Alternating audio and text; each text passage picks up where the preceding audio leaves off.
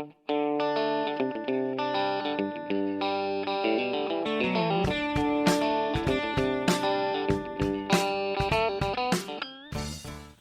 back to another episode of Dirt, Rain, and Steel. On this episode, we're going to go put some big culverts together. So we're getting our Ford 8000 service truck packed with tools, and we're going to go put some pipe together. So we're going to get the welder put in there, get the air compressor put in the back so I can use a plasma cutter to cut the end of the pipe off. So this is going to be another exciting adventure.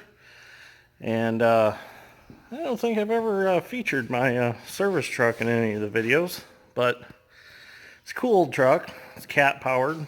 It's fun to drive. It's cab over, automatic. So you just put it in drive and stand on it. So anyways, we're going to get it packed with tools because it is a work in progress. We haven't quite finished it yet. We got some body work to do and we're going to repaint it completely. But when we're done, it's going to be a mobile shop on wheels. So let's get started.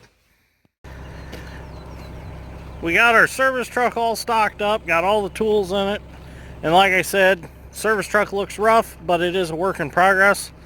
We bought that about 2 years ago, and as we get a little time, when we get a little time, we bring it in the shop, and we've been working on it. The service body itself was pretty bad shape, so I relined a lot of the compartments with 3/16 metal and rebuilt them all because they were rusted out.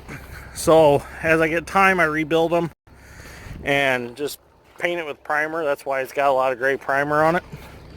So when I got them all completely finished, I am going to completely repaint that. I think we're going to paint it Hitachi orange to match the hose.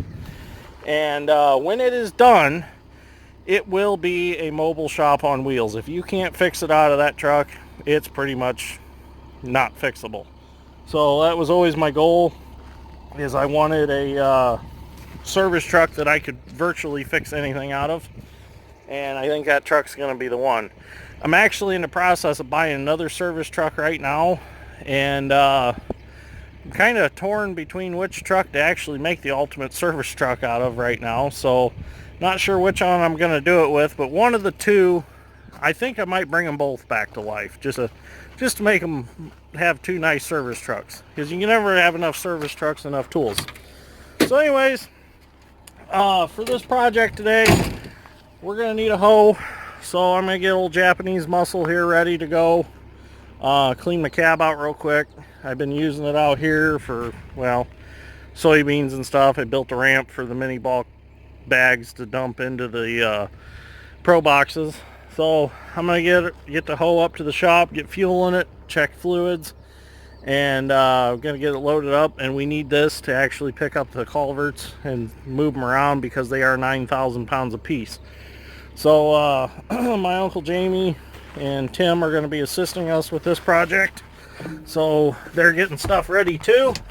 And we're all going to meet at the job and get it done. So because actually after we get the pipe together, it's going to take our 270 and my Uncle Jamie's 330 to be able to pick it up and set it in the ditch, because it is a good sized pipe and it's long and awkward. It's like 75 foot long, and it's going to take two hoes to set it. It's going to be a team lift. So anyways, I'm going to get this hoe up to the shop, check it over, and get it ready to roll. And I got to unload the old 850 off the trailer, and then we'll be on our way. So stay tuned. You're probably wondering why we're not planting today, because we got a lot of rain overnight and throughout the day yesterday. So that's why we're not planting. Yeah, it's gonna be a rough spring now from here on out. So kind of didn't need the rain right now, so it probably set us back probably a week on planting. But we'll see what happens. We're gonna maybe give it a shot again Tuesday and see what happens. And I can probably go do some no-till beans. But as far as tilled ground right now, it's saturated. So probably gonna hold off on planting. We're gonna get this pipe put in. We're gonna get probably it put in like Monday, and get the road all closed up so that road can be reopened. So we'll see what happens, but as far as right now, planting's on hold, that's for sure. It ain't gonna happen for a little bit. So anyways, I'm gonna get some fuel in the hoe, get her loaded up, and we're gonna roll out. And we're off like a flock of turtles. Let's go bowl some pipe together. But first I gotta stop at my little shop and grab my Ford plasma cutter, because we're gonna be using it to cut the pipe. We have to cut the end of the pipe at a 22-degree angle to match the angle of the ditch, because there's kind of a curve in the ditch where the pipe's going. So we're going to head to my little shop now. We're going to grab my Ford plasma cutter and some other random things, and then we are going to head to the job. So hope you enjoy this ride. We're at my shop now, and we're going to get tools loaded up. I've got the Ford Easy Weld 20P in the front seat, which that's nice that it fits in there. So I grabbed some angle iron, and I'm going to grab a few other things, and then we are on our way. We made it to the job site, and here's what we got going on. We've got these two pipes, and we've got to connect them. They have a steel band that goes between them, and it fits in these ribs, and it has bolts that draw it tight. So as you can see, this pipe is actually another foot above my head, so it's a pretty good sized pipe. It's an elliptical. They're actually created round, put together round, and then they have a big press that presses them into an elliptical shape, the shape that they're in. The reason that these are elliptical is because right here in your flow section, they're extra wide so that they will flow a lot more water than a round pipe will. So these are the bands right here that we will put the bolts in the holes right there and draw them together. We'll get these two put together close with the excavator, which Dad's bringing right now. And once we get these together, we are going to actually bolt some heavy angle iron in the tops and the middles, and then we are going to rig off of that to pick the whole 75-foot length up.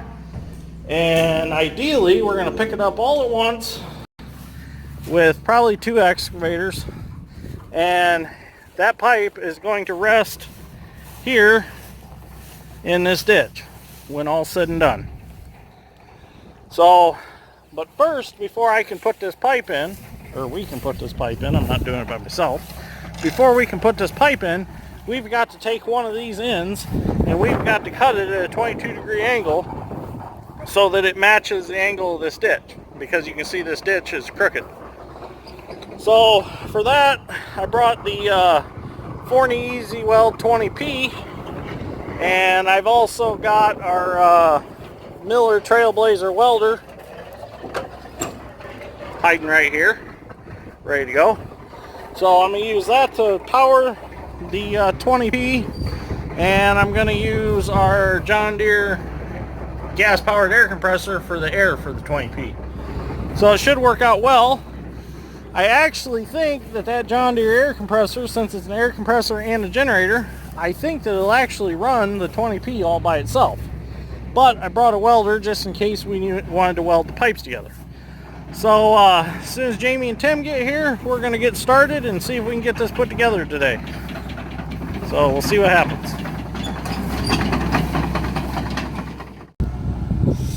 Let me give you a little history on the truck real quick. We bought this truck like 3 years ago. It's a work in progress, like I stated before. But it originally belonged to Indianapolis Power and Light. It was one of their trucks for their electricity grid down there in Indianapolis. It's got a 3208 Cat engine in it. It's got a 20,000 pound hydraulic crane on it, which is sweet, because for us it works out great. I've actually picked our 10,000 pound Bobcat completely up with this crane and set it on another trailer. It's a sweet old truck. It's a 1990, which you would think it was from the 70s, but it's actually a C8000, which They made them all the way up until the 90s, this cab style. So it's actually a little newer truck than what it looks like.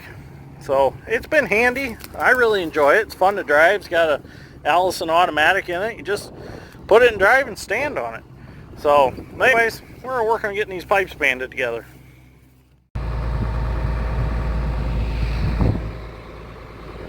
We're getting it. It's just going together slow. Just got to straighten everything, get everything perfectly straight for this to happen. So that's what we're doing, is straightening it out a little, and then we're going to put it together. Well, we got our pipe all put together. We got the band put on, tightened up. Now we're drilling pilot holes. We're going to put 1/2-inch bolts in all these holes. I'm going to drill them out 1/2 inch, and we're going to bolt this pipe together so that when we put it in, it don't fall apart during the lifting process. So sounds like a bunch of cats in there trying to get out right now. So we're going to get some bolts put in and then get the angle iron put on it to lift it by, and cut the end off with the 4-easy weld 20 MP. No, 20P, sorry. But you know what I mean.